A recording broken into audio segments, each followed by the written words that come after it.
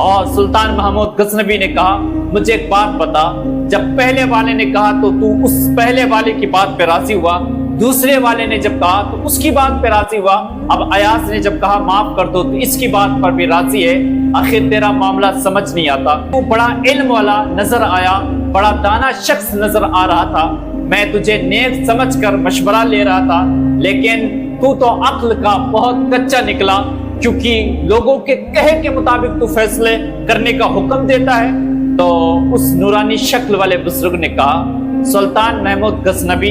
اصل میں یہ جو باتیں میں نے کہی ہیں یہ میری نہیں ہیں، یہ باتیں خود ان کی فطرت میں تھی، اس وجہ سے ان کی ہی بات بتائی ہے۔ تو سلطان نے کہا وہ کیسے؟ کہا سلطان پہلے والے شخص سے جب تو نے پوچھا کہ اسے کیا کرنا چاہیے تو اس نے کہا سولی پہ چڑھا دو، تو اصل میں اس نے نہیں کہا تھا بلکہ اس کی فطرت نے جواب دیا تھا، کیونکہ اس کے باپ دادا جو تھے وہ جلاد تھے، وہ پھانسی دینے کا کام کرتے تھے، یقین نہ ہو بادشاہ سے پوچھ لے اس کے باپ دادا کیسے تھے، اس وجہ سے اس نے اپنی فطرت کی بات رکھی اور اسی پر فیصلہ کروایا۔ اس کے آبا و اجداد کتوں کا بھی ویاپار کرتے تھے، کتوں کی کشتی کراتے تھے، ان کو لڑاتے تھے، ان کو پکڑتے تھے، ان کو خرید کر بیچتے تھے، اس وجہ سے اس نے اپنے باپ دادا کی باتوں پہ عمل کر کے اس نے کہا کتوں کے سامنے ڈال دینا چاہیے، کیونکہ اس نے بھی اپنی فطرت کو نہ چھوڑا، اپنی فطرت پر بات کی ہے۔ اور سلطان جو ایاز نے کہا اسے معاف کر دو، یہ بات ایاز نے اس وجہ سے کہی کیونکہ ایاز ایک سید ہیں، آل رسول ہیں، نبی پاک صلی اللہ علیہ وسلم کی نسل سے ہیں، اس وجہ سے انہوں نے کہا کہ اسے معاف کر دو، کیونکہ ہمارے آقا صلی اللہ علیہ وسلم درگزر کر دیا کرتے تھے، معاف کر دیا کرتے تھے۔ اب سلطان نے جب یہ بات سنی کہ ایاز سید ہیں تو کہنے لگے ایاز تو نے آج تک مجھے بتایا کیوں نہیں کہ تم سید ہو؟ تو ایاز نے کہا سلطان اس وجہ سے چھپایا کہ میں گناہگار بندہ کیسے بھلا اپنی زبان سے میں کہتا کہ میں سید ہوں، آل رسول ہوں، مجھے شرم آتی ہے کہتے ہوئے، اس وجہ سے کہ میرے اعمال ایسے نہیں ہیں بلکہ وہ وقت کے ولی تھے۔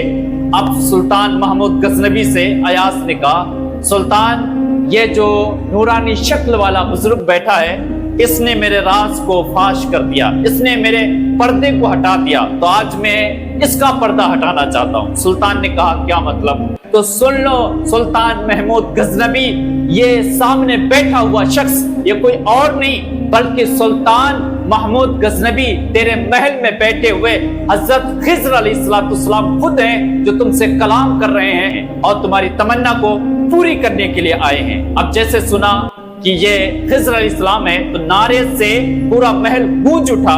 خوشی کی لہر گونجی۔ اب سلطان اس کے قریب گئے، اس دیہاتی کے، اور کہا بتا تیرے ساتھ کیا کیا جائے؟ تو اس نے روتے روتے کہا کہ سلطان میں کیا بتاؤں کہ میرے ساتھ کیا کرنا چاہیے، میں تو بڑا قصوروار ہوں، قتل کر دو، سزا دو مجھے۔ تو سلطان نے کہا نہیں نہیں، سزا نہیں دی جائے گی، وہ الگ بات ہے کہ تو نے میری ملاقات کروانے کا جو عزم لیا تھا نہ کروا سکا، لیکن تیری وجہ سے میری ملاقات ہوئی، تو اب تجھے انعام دینا چاہتا ہوں، بول تجھے کیا چاہیے؟ تو اس غریب نے کہا بادشاہ تو مجھے کیا دے گا؟ میں اسی بادشاہ سے مانگ لوں گا جس بادشاہ سے اپنی زندگی کے امان مانگ کے آیا تھا۔ کہا مطلب یہ ہے اس غریب نے کہ جب میں نے 1 سال تک جھوٹ بولا تو مجھے خبر لگ گئی تھی کہ بادشاہ مجھے قتل کرے گا، تو میں آ رہا تھا، راستے میں مسجد ملی، میں اپنے رب کے آگے جھک گیا، سجدہ کیا، رو کے کہا مالک 1 سال اپنی فیملی کو پالنے کے لیے میں نے جھوٹ کہا۔